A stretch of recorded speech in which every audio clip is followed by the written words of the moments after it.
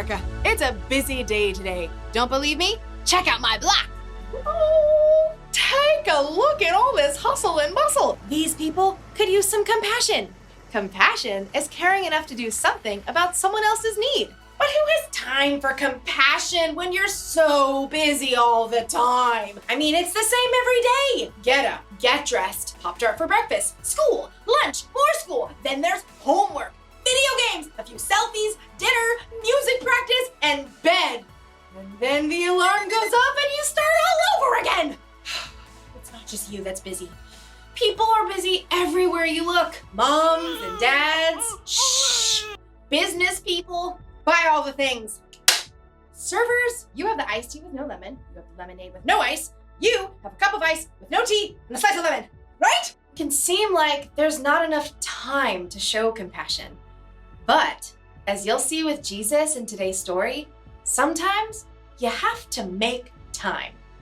Pop-Tart me. Yeah.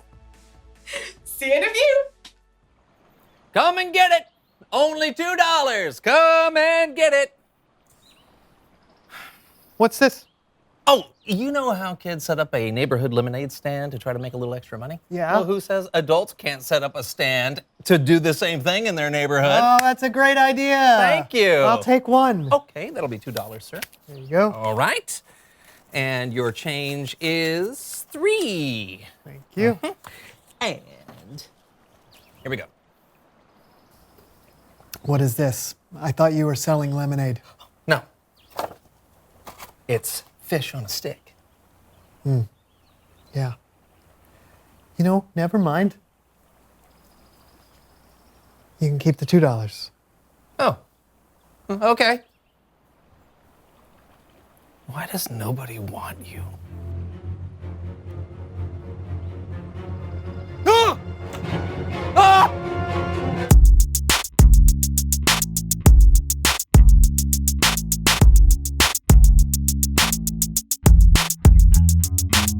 Hello, I'm Brandon. And I'm John. And Welcome to the So-and-So Show. Hey, we've been having a good time celebrating the people on our blocks. And trying to make time to care about others. That's right.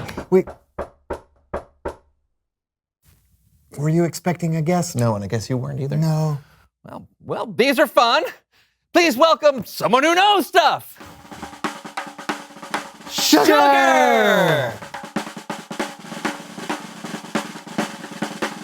Oh. Come on in. Yeah, have a seat. Yeah. Wow, it is so good to see you.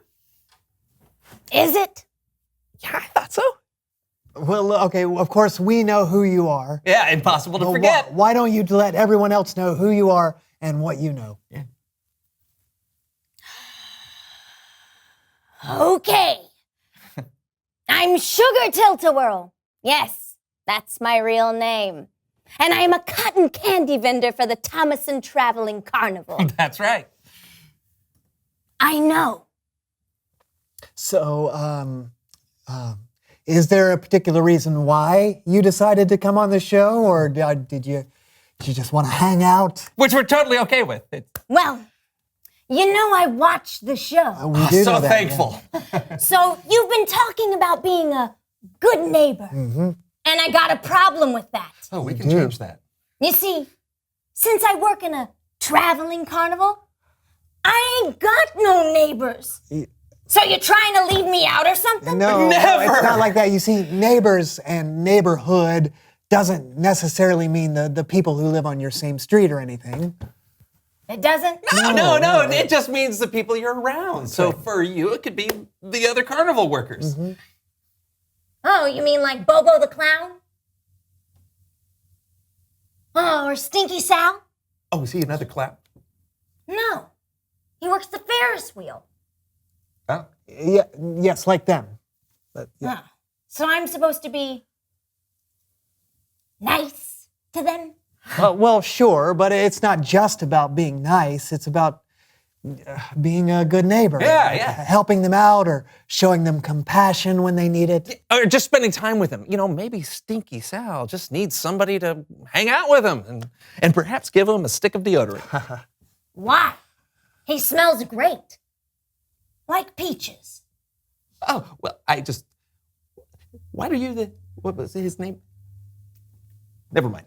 So is there someone other than Stinky Sal or Bobo the Clown that might need to be shown a little compassion at the carnival? Maybe Mary. She's new and a little strange. Oh, you think she's strange? That's what I said. Okay. Nobody really knows how to act around Mary. I mean, she's kind of different. Okay, but Mary is still your neighbor. Yeah, but some people are just hard to love, you know? I do know that. I think you should at least try, though. Let me go get her so you can see what I'm talking about. Oh, is she here? No. If she was here, I wouldn't have to go get her. Yeah, okay, sure, yeah. Go get her. That's my bad. Why do you keep running? I'm just trying to be friendly. Well, quit it. Please welcome someone else who knows stuff.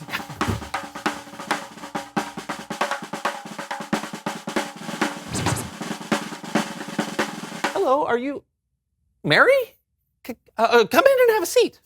Oh, thank you so much. Yeah. What happened to Sugar? Oh, she's waiting in the truck.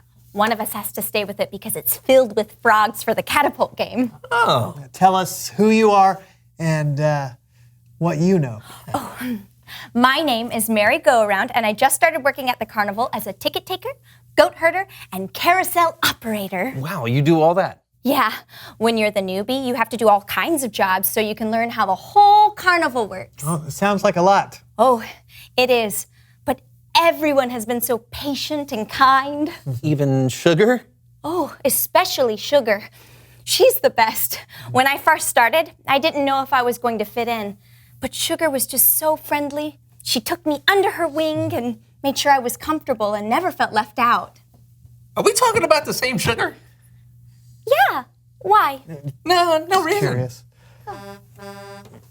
Oh, that's her. We gotta get those frogs back. It was so nice talking to you both. You know, you should really come to the carnival while we're in town. I know Sugar would love to see you.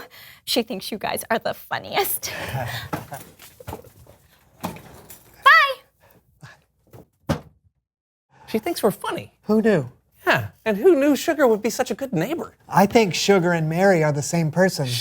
What? They look exactly It's alike. Bible story time with Kellen.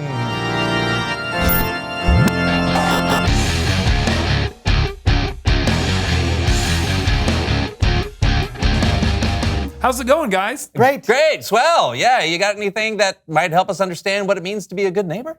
Actually, I might. It's a simple story, but it's pretty clear. Take it away, Kellen.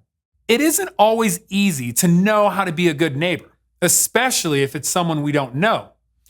But the good news is this: Jesus was really good at this.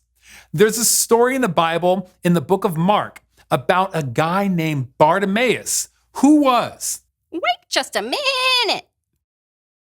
Oh, would you look at that? A talking goat. What can I do for you, goat? I'm Leslie. I'm the goat from the story you're telling. I don't think there is a goat in the story. It was Jericho. A couple thousand years ago, there were goats everywhere. Fine. You're saying you saw the story I'm telling happen? Sure did. I was standing right next to Bartimaeus. And I was standing on Leslie the goat when this momentous event happened. Who was that? It is I, Ferdinand, the most interesting fly in the world. Let's go with it. So, I'm assuming you both knew Bartimaeus. Absolutely. What you say is correct, my friend. Alrighty then. So Bartimaeus was blind, meaning he couldn't see. So to survive, his only option at the time was to beg on the side of the street. One day, Jesus and a large group of people happened to be passing right by where Bartimaeus was. When he heard them passing, Bartimaeus started shouting, Jesus, son of David, have mercy on me. That's exactly what he said. Some people in the group told Bartimaeus to be quiet and leave Jesus alone. They were quite rude. But that only made Bartimaeus shout louder. Jesus, son of David, have mercy on me. Then the amazing part happened. So true, Kellen. Jesus heard Bartimaeus calling him and he actually stopped. And he told the people around him to call Bartimaeus over. And Bartimaeus hopped up and went over to Jesus. And when he got there, Jesus asked, "What do you want me to do for you?" Can you believe that? I know. Jesus had to have been very busy, but he took time to ask a man he had never met what he could do for him. It was like he'd known him for years. Like he was his neighbor. I know. Jesus had to have been very busy, but he took the time to ask a man that he never met what he could do for him. He said, "Go, your faith has healed you." And all of a sudden, bam! Bartimaeus could see. His vision became as good as mine. I have over 3,000 eyes. That's why I am the most interesting fly in the world. Well, I really do appreciate both of you helping out with this story. It was my pleasure, muchacho. Anytime. What Jesus did for Bartimaeus was amazing, but it wasn't a one-time thing. Jesus was always taking the time to have compassion on people who were overlooked. He treated them like they were neighbors. The end. Jesus really was a good neighbor to people, wasn't he? And they didn't have to live in his neighborhood. Yeah, people at wells, people who were fishing, people up in trees, anybody. Jesus just made the time to care for them. And can you imagine if we all made time for others like that? We could change the world. It would definitely change the world of some people, no doubt. And I think that leads you into today's question. So I'll leave you with that, and I'll see you guys next time. Reveal the question. When has someone made time for you? Well, you always make time for me. I mean, even if it's 3 o'clock in the morning and I call you because I hear something scratching on the door and it turns out to be my dog. Or Mr. Lee across the street when we go out to get our mail at the same time, we talk for hours. Or Dawn, who cleans my teeth. She always listens to everything I say, even when I'm not here. Wow. I was going to say Mr. Adams, who's one of my upstairs neighbors. He's always there if I need a hand or if I need advice or something. You know, it's nice when someone takes a little extra time to really listen to you, isn't it? What? Never mind. We'll see you guys next week for a brand new So-and-So show. No, seriously, what? I'll take one. Fish on a stick. Sword on a stick. A on a stick. Hey. No. Hand on a stick. Gourd on a stick. Stick on a stick. R on a stick? Tater on a stick? Yeah.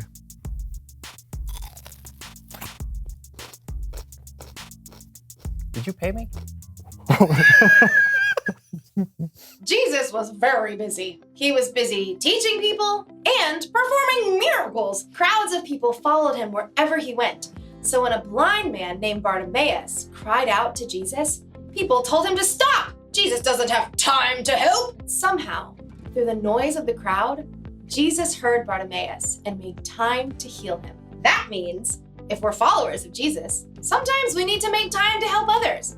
After all, there are a lot of people on our block who need help. There are people who need understanding. There are people who need space. But how can we help others when we're so busy all the time? Well, sometimes it means giving up what you want to do so you can do what someone else needs. There are only so many hours in the day. We should use at least some of that time showing compassion to the people around us who need it. That's the one thing to remember today. Make time to help others. You may not be able to help everyone, but if one person makes time to help another person, then pretty soon there's a chain reaction of compassion. And Pop-Tarts always help. You get a Pop-Tart, and you get a Pop-Tart, and you get a Pop-Tart, and you get a Pop-Tart. Ooh, and let's not forget, you two get Pop-Tarts. See you around.